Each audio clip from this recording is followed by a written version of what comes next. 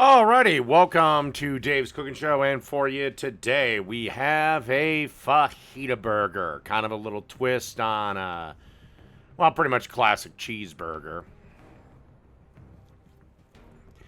But first thing we got to do is make our own fajita mix, and you can see recipes like this every Monday, Wednesday, and Friday at 4 o'clock right here on Dave's Cooking Show. So, alright, let's get our fajita mix going.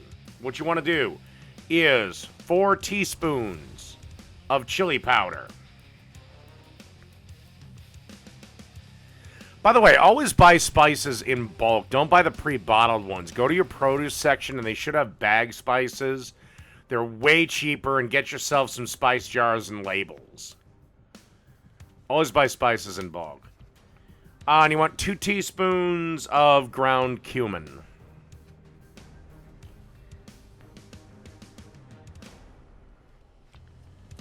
Followed by 2 teaspoons of paprika.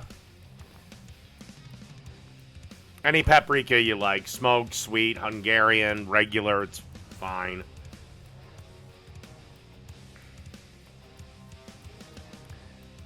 Then you want 1 teaspoon of garlic powder.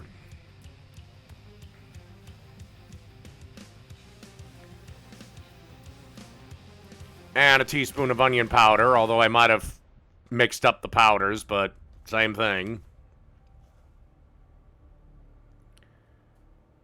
Then you want a teaspoon of white pepper.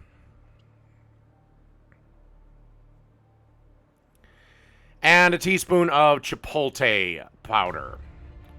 And if you can't find it, then just cayenne is fine.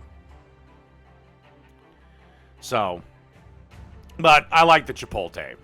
That's just me.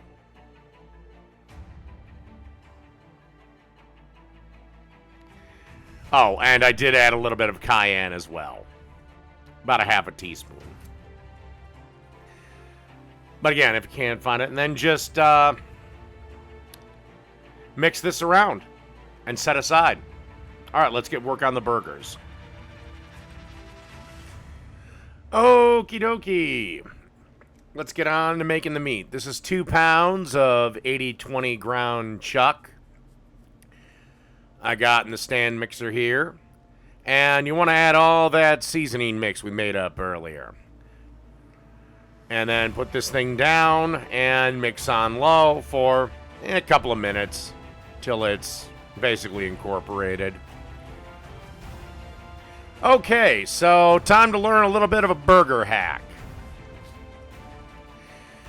You ever wonder how those places are able to keep the patties, basically the size of the bun, and they don't, blow up like hockey pucks, like when you make burgers at home?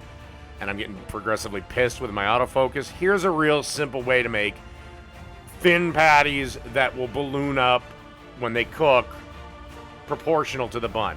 Take 2 plates and basically put 2 pieces of parchment paper in between them, and essentially you make yourself a burger press. No need to buy anything, just any 2 plates will do. And then get yourself a 3rd plate so you keep doing this until your burgers are done. I always use parchment paper when I have burgers on because, again, it pretty much comes right off and I don't gotta fuck with it. If you make these out of ground chicken, you will need the parchment paper because ground chicken, before it's cooked, it barely holds together. So that's my little trick for making burger patties. Get 2 plates, some parchment paper, and smash them together. All right, and in a pan, whenever I make fajitas, I always use a black iron pan. It's probably completely unnecessary, but that's just what I use. This is an onion that I've kind of just roughly sliced up. And I'm going to give this just a little bit longer in the pan than I am the peppers that we're going to be adding. So, yeah, give this a bit until it just starts to turn translucent. Then we're going to add our peppers. Okay, obviously it goes without saying, salt and pepper the onions, and add a little bit more salt and pepper when you dump in. This is 1 yellow pepper and 1 red bell pepper. I cooked the onions for about 2 to 3 minutes if you were curious. And over about a medium-low heat, too. And then you just want to cook this till basically everything is soft. And ready to go. Should be about 5 minutes or so, I think, if I remember correctly. But again, just cook it till it's soft. Cooking times are going to vary a bit. Okay, so basically on a griddle over medium-high heat, you want to add the burger patties. They shouldn't need any more seasoning, but if you want to get adventurous, you can certainly add a bit of salt. Again, the griddle should be set to about medium to medium-high. And basically, you want to cook them till they're done about... it really just depends. Just till they're 165. I don't like giving side times because I'm a notorious flipper. There are some people that swear by the just flip the damn thing once, but I don't think it matters. So anyway, yeah.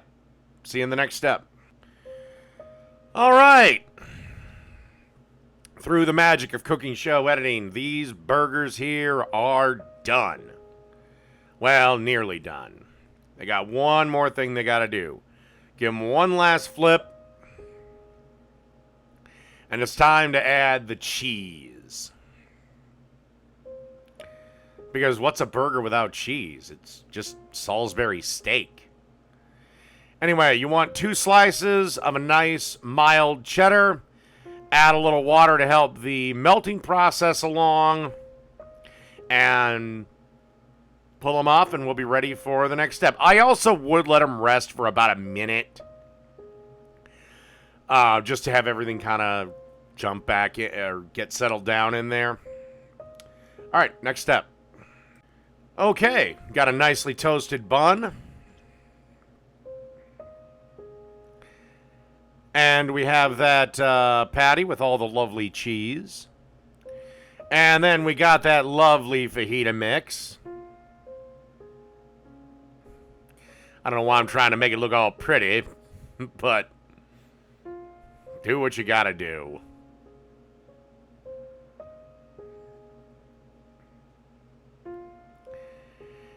And instead of ketchup or mustard, nice little dollop of sour cream. If you want, you could use taco sauce, but I didn't. And just put the top on there, and that's it. A beef fajita burger. Done.